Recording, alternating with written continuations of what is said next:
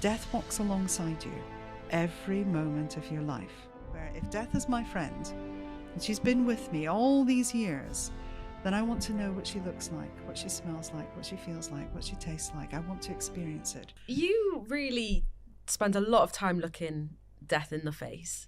And I feel like as a culture, we try and do the opposite. We kind of banish it. Happens out of sight. Doesn't really happen out of mind, but that's what we want it to. We want it to be out of mind. So we don't want to face it. We don't want to look at it. We don't want to spend too much time contemplating it. We don't want to talk about it. And I suppose I'm wondering what you think about that, whether that's healthy, whether we're really benefiting from that, or whether we're actually hurting ourselves by pretending that death won't come. I think we're hurting ourselves, our families and our society, is the honest truth, because it is going to happen. Yeah. It is a when, it isn't an if. It's the one thing that's guaranteed, is it's going to happen. And when we're born, we're given a life expectancy. And we think, oh, it's 82. And we think we're going to live to 82. And so therefore, if we don't look at death, if we don't welcome it in, then, you know, we're going to live till 82 and we don't have to worry about it. You know, my daughter's looking and going, you haven't got long left then, Mum, you know, which is really nice. It's really healthy of them. But there is that expectation. So you don't want to welcome it in. You don't want it to become a part of your life. But it is the most intimate part in many ways of your life. So the most important thing that I think I've ever done for my father, who I just adored, as I've told you, was that he developed Alzheimer's and he lost all his stories, which was awful because he was such a storyteller. And he just sort of went into a shell, and he became non-ambulatory. He didn't walk for at least 2 years. He'd fallen and broken a hip, and it just never happened. And then he just stopped talking. And so we lost conversation with him. But I always believed he was still in there. And so in the care home, which we took him down right next to where we lived, so we saw him every single day. I'd go in and give him his lunch and his tea, and, you know, we'd sit and we'd play music in the background, and I'd talk and laugh, and, you know, he would say nothing. And in that, I always felt he's still in there. There's just something that doesn't allow him to communicate. And when it was very clear, nurses know this better than anyone, when someone's in that downturn into the end of their days, they phoned me and said, we think it's going to happen tonight. And we went, okay. So we all went up to Grandad's bedside, and we stayed till about 11 o'clock at night. And I leaned over and I remember saying to him, right, I'm going to go home now, but I'll be back in the morning. Now you be there. And my oldest daughter was with me. This is a man who had not communicated in over a year. There was a look of fear on his face that I had never ever seen. And my daughter said to me, you're not going anywhere, Mum. I said, no, you're not. You're right, I'm not. He had managed to communicate his own fear about dying on his own. And the interesting thing is, my grandmother, who was my most important person in my life, had said to me when I was 14, when it comes to your father's time, because that was her son, you need to be with him because he won't want to be on his own. Wow. And I can remember her saying that to me. So I leaned over to him. I said, right, I'm going to go away and I'm going to have a shower because I smell like a dead dog. And I'm going to come back. No reaction. And at 3 o'clock in the morning, when you could hear his breathing start to labor, and you could hear that his lungs were filling up with fluid. So that gurgle, they call it a death rattle. It's just the lungs can't clear. And he took his last breath.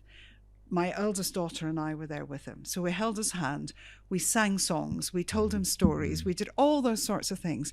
So the last thing he heard going out in his life were our voices. And then my grandmother had always said to me, you have to open the window because you have to let his soul fly. Now, I don't believe in it, but she told me to do it, so I was going to do it. And so for me, being able to be there for him at his last moments, when my grandmother, some 40 years before, had said, don't leave him on his own. She was absolutely right. But my grandmother was a typical West Coaster, and she had this belief in a life after death. She wasn't a particularly religious woman, but she liked to believe in the ghosts and the spirits and those sorts of things. And she always said to me, death walks alongside you every moment of your life. It's not something that's away on a horizon. It's there right beside you. And at every moment in your life, your paths could cross. And you don't know whether it's when you're 82 or when you're 12. You just don't. And if death's going to walk alongside you, wouldn't it be better if it was your friend rather than your enemy, something to be afraid of? wouldn't it be better to come to terms with it and be ready for it? And because she was a lady born in the 1800s, she couldn't have a friend that was a man. Her friend was a woman. So death for me was always feminine. So she was always a she.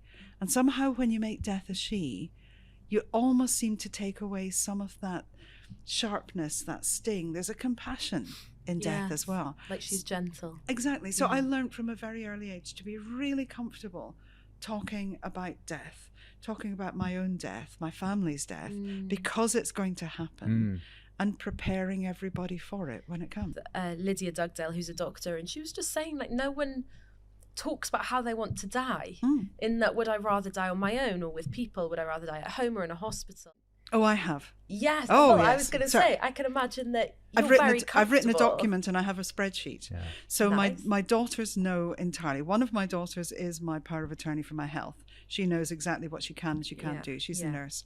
And the other one has my power of attorney over my finances. She's the lawyer. It makes sense. You know, I really chose their professions for them. You did well. So my daughter knows that I don't want to be medicalized. And that's part of what you were saying earlier. Yeah. Our death has become so medical. Yes. It happens in a hospital more than anything. It happens in a hospital. Our body's taken away by the funeral director and you never see it. Very few have got an open casket. So that fear of death is a fear of unknown. Whereas if it was a part of our community as it used to be, because Granny used to be laid out in your front sitting room and everyone would go in and drink a cup of tea around and tell the stories because she was as much a part of the community in death as she was in life. We've lost that bit. Yeah. So my daughters know that I don't want to be medicalized. Okay. If I had a straight choice, then I would want to be able to take the pill. When I am ready to go, I want my affairs to be in order. I want them to know it's going to happen on Sunday and I want to be able to take it. It's not going to happen in my lifetime. Assisted dying is on its way, but it's a long way away from where I personally would like me to get to. That's interesting. Because I want to be in a position where if death is my friend, and she's been with me all these years, then I want to know what she looks like, what she smells like, what she feels like, what she tastes like. I want to experience it because I'm only ever going to do it once. There's no rehearsal. You know, it's a one-off thing. And I'd quite like to know what it's like.